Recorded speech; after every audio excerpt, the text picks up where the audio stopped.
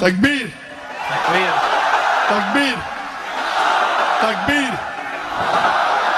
ماشاءاللہ سے بہن نے سوال کیا ہے کہ اگر ایک نو مسلم اگر اس کے فیملی پریشر کرتی ہے کہ شادی کے وقت پہلے ہندو ریچولز کے حساب سے شادی ہو اور پھر نکاح ہو تو کیا یہ اجازت ہے؟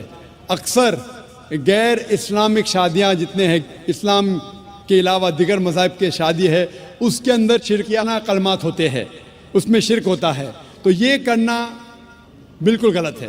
اور ایون اس کے علاوہ آپ اگر کورٹ میرج کرتی ہے، جسے کہتے ہیں کورٹ میرج، جب آپ کورٹ میرج کرتی ہے تو اب یہ قبول کرتی ہے کہ ہم میں اگر اختلاف ہوں گا تو یہ کورٹ کا قانون مجھ پہ لاگو ہوگا، وہ بھی شرک ہے، کیونکہ ہمارا مسلمان کا قانون ہے قرآن۔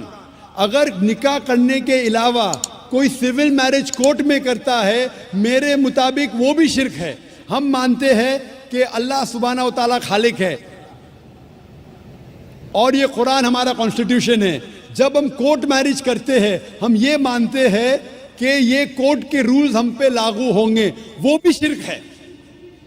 تو نکاح صرف قرآن اور حدیث کی روشنی میں ہونا چاہیے۔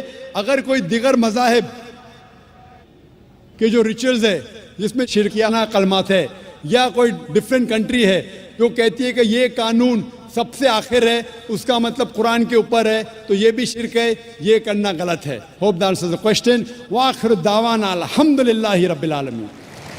Inshallah, inshallah.